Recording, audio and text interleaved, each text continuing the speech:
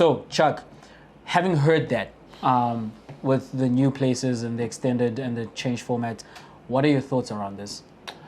First and foremost, if it's not broken, don't fix it. I don't see an issue with the current format. It seems more to me, especially with that statement, that because there was a threat of a Super League happening, we have to bounce back with our own plan to try save football.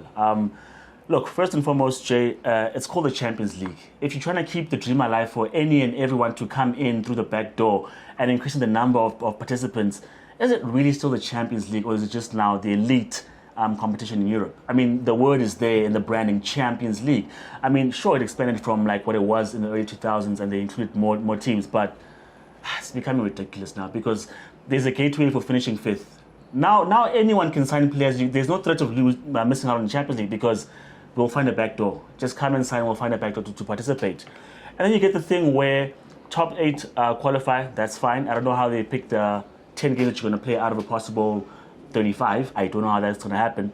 But then from 9 to 12, there's still a chance. The competitiveness... 24. Yes, 9 to 24. 9 to 24, there's still a chance. There's still a chance to qualify to the last 16.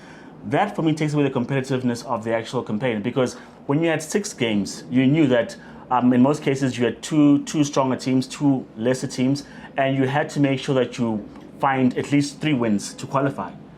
Man, with 10 games, and then a further chance to qualify after that. Nah, man, I think I can't even understand where they're gonna fit in the extra 4 games. Already the schedule is packed. There's European competitions, there's the league, there's domestic cups. So that's the thing for me, right? What do we keep on hearing? There are too many games on the schedule. These are the things we're hearing from the players. You have FIFA, who wants to have the World Cup every 2 years. They also want to add teams to the World Cup. And then you've got now UEFA, who reacted to the Super League. The Super League was a reaction to this to begin with, because this plan was tabled in front of the competition committee, in front of the European Club Association, and then those elite clubs heard this and they said they want to go off by themselves. This is who Sefrin is referring to when he's talking about like the self-appointed cartel.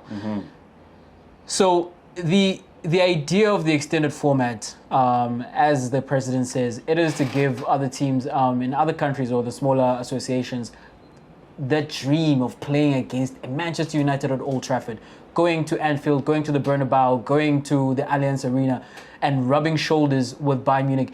It's the magic that you find in the FA Cup when you've got teams who are like 5 divisions lower than the Premier League, have a Chelsea coming to visit them on a particular night where it's just a joy, it's just a party, it's something that community is going to remember for a very long time. That's part of the magic of the FA Cup. But that's something that's been there. Whereas with this is what the president is selling, but we've said this on the show before, we'll say it again, it's about money, because this means extra games on TV that you get to broadcast on TV. That's why you have the Conference League. It is not for the smaller teams who don't have a chance to win Europa or the Champions League to have a chance at European glory. That's not what it's about. You look at the Conference League, who's in the final?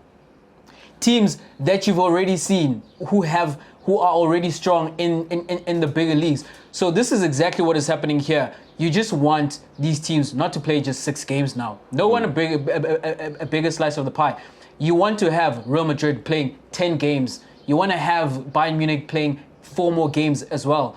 When you know exactly which are the teams who are going to be in the last 16, we know the traditional powerhouses will be in the last 16, whether it's automatically top 8, and maybe you might have that anxiety or that who is going to make it, who just missed out. But then when you know that they're going to be playing team number 24, the likelihood is they're going to find themselves in the last 16. So if you eventually are going to end up with the teams that you already have most of the seasons, then what is the point of this? You're not making it more difficult.